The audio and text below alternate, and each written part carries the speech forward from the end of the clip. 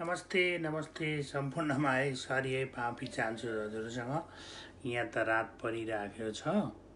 म अलिकति लाइभ गर्नुपर्ने भएर गरेको हो, अन्यथा बिल्कुल नमान्नु होला।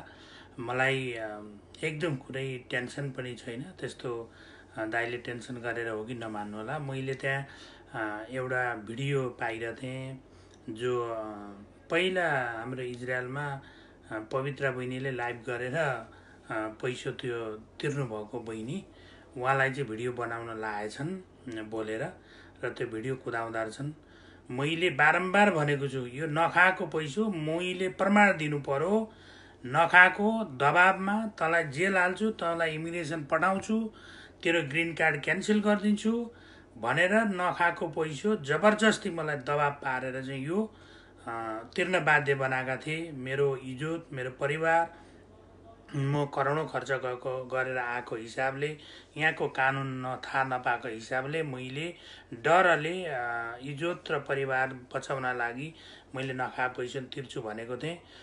म बहिनीलाई चिन्छु र अर्को बहिनी दिदीलाई चिन्छु, तर उनीहरूले कसले दिएकासम्म यसले दियो भन्दा पनि ल तिर्छु भने डरले मलाई प्रमाण दिनुहोस्, प्रुफ दिनुहोस्। मैले जति खाएको नि तिर्छु। मुखले बोलेर हुँदैन। मुखले बोलेर यसलाई दिएको र यति हजार दिएको भनेर कुनै कागज, कुनै मैले मेरा नाममा पठाएको, मेरा परिवारका नाममा पठाएको अथवा कसैलाई भएको प्रुफ चाहियो। प्रुफका आधारबाट म तिर्न तयार छु। होइन भने बहिनी, तपाईलाई कानुनी बाटो खुल्ला छ, कानुनमा जानु होला। बहिनीसँग कुरा हुँदाहुँदै पनि लकडाउनको बेला एउटा गरिब दुखीलाई ऋण गरेर दिएको छु, आफूसँग नहुँदा पनि।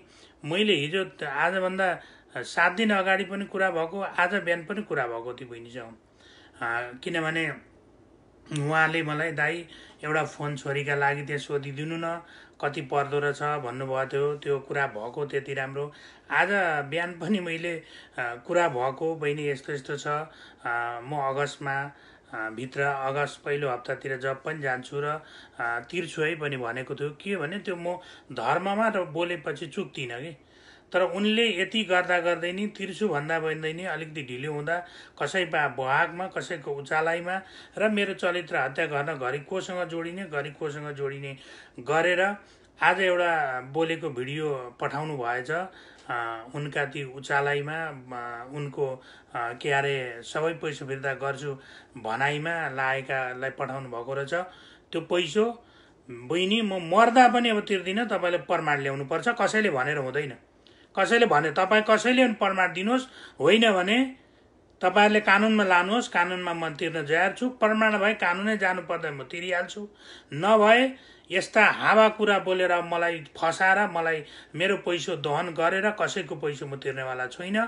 मैले सत्यता, इमान्दारिता र एउटा धर्मले हो कि भनेर र डर धम्क्याइ तरासबाट भएको पैसा पनि मैले तिर्छु भनेको थियो। 4400 रुपियाँ उनले सत्य बोले पठाइसकेछ। त्यो पैसा मलाई फिर्ता गर्नुपर्छ।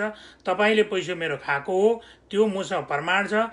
भोलि म एम्बेसी, सोमबार एम्बेसी, नेपाल एम्बेसी गएर तपाईँलाई यो पैसाको केस हाल्छु। जेल जानु परेछ भने जान्छु, तर तिर्छु भनेछ कानुनमा, प्रमाण भएकामा तिर्छु।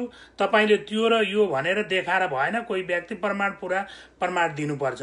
म चिन्दिनँ ती को हुन्, कहिलेका हुन्। म आज 8-10 वर्ष अगाडि कुरा ल्याएर भोलि अर्को आउला, भरि अर्को आउला। के अरे हेमताबाले मेरो पैसा यसरी खायो त यति हजार यो मार्फत भन्दै अर्को आउला। यसरी त कसैलाई के अरे विश्वास गर्न सकिँदैन, कसैले तिर्न पनि सकिँदैन। त्यसले गर्दाखेरि तपाईँहरूले त्यो भिडियो जहाँ जहाँ पठाउनु छ हेर्नुहोस्। मैले बिलसहित हालेको छु, मसँग प्रमाण छ त्यो बहिनीले पैसा खाएको। किनभने बिलै तपाईँलाई पठाइदिएर छु, त्यो 3400 को र 1000 रुपियाँ लाइभ गरेर उहाँ इजरायलमा दिएको पैसा, त्यो बहिनीले खाएको। अर्को बहिनी को हो चिन्दिनँ। अर्को बहिनीले के अरे दिएको भनेर भन्नुभयो, त्यो पनि ठिक छ, दिउँला भनेको थिएँ। अरू को ल्याउलान्, यस्ता पनि मैले तिर्छु भने। यति साह्रो मैले गर्दा पनि 2-4 दिन ढिलो छिटो भयो होला मैले बोलेका कुरामा। यति बोल्दा कसैका के अरे उक्साहटमा, कसैका उमा लागेर आज पनि कुरा गरेका, अस्ति एक हप्ता अगाडि कुरा भएका आज भिडियो बनाएर चाहिँ पठाएकी रहेछन् जो हालेका छन् ती बहिनीहरूलाई धन्यवाद। त्यो एकजना हाम्रो बहिनी विश्वास मान्थे, अस्ति लाइभमा नि बोलेको थियो, कसैको समर्थन गर्छु भनेर कसैलाई मार्नु हुँदैन। काहीँ विवाद भयो भने त सकेछन् तपाईँले जस्ता ज्ञानी बुझकी, तपाईँले जस्ता शिक्षित भाइ बहिनीहरूले त के अरे सम्झाएर 2 जना 3 जना जति छन् के अरे सँगै लाने कोसिस पो गर्नुपर्छ त। मैले त बारम्बार भनेछु, यदि मैले कुनै पनि ठाउँमा तिर्न छ वा तिर्छु भनेछ र पैसा खाएको छ भने तिर्छु भनेको छ। म कुनै एजेन्सी होइन, मैले कसैलाई अमेरिका ल्याउँछु भनेको थिइनँ, कुनै तल अमेरिका ल्याउँछु भनेर प्रमाण देखाउन पैसा खाएको, म तिर्छु त्यो कहीँ पनि।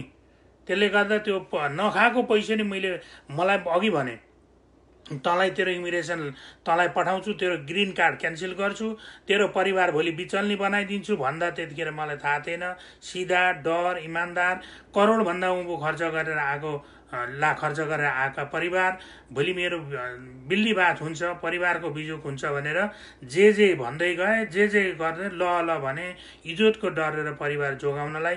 त्यति गर्दा पनि मैले नखा पैसा तिर्छु भनेर तिर्दा पनि देख्नुभयो 4400 रुपियाँ तिरिसकेको छु, अलिअलि तिर्न बाँकी हुँदा आज फेरि यही विवादमा तिनै मालिकनीहरूले उचालेर एउटा ती सिधा बहिनी हुन्, इमान्दार हुन्, उनलाई सम्मान गर्छु म, एकदम सिधा बहिनी छन्, उनलाई उचालेर भिडियो बनाएर आएछन् र कुदाकी हुन्। त्यो बहिनीलाई देखेकी हुन्, आजभन्दा 5-7 महिना अगाडि लाइभ गरेर इजरायलमा पैसा दिएकी हुन्, मलाई त्यो आपत छैन।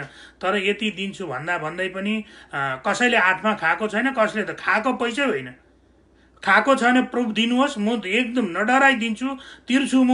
कानुनमा गएर कानुनमा जानै जरुरी छैन, प्रुफ दिनुहोस् म तिर्छु। प्रुफ बेगारको यस्ता 1000 आउँछन्, भोलि यस्ता 1000 ल्याउँछन्। एउटा रिसाउँछ, अर्को 2-4 लिएर आउन, अर्को रिसाउँछ, अर्को 2-4 लिएर आउँछ, यसरी तिर्दिनँ म। अब तपाईँहरूका धम्की डरले कहिले पनि हुनेवाला छैन। के गर्नुपर्छ गर्नु, होइन भने कानुनमा जानुहोस्।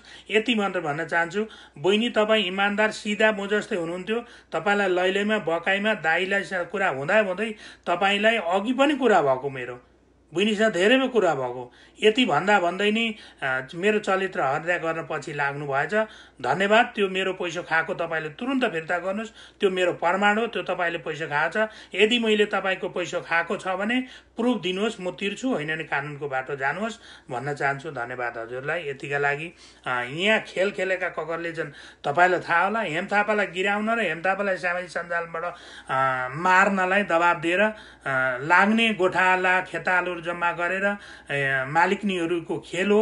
अब प्रमाण बेगर नाम तोक्दिन, तर तपाईँलाई थाहा छ कसले गर्यो यो कसले गर्यो भन्ने कुरो, तर प्रमाण बेगर नाम भन्नु हुँदैन।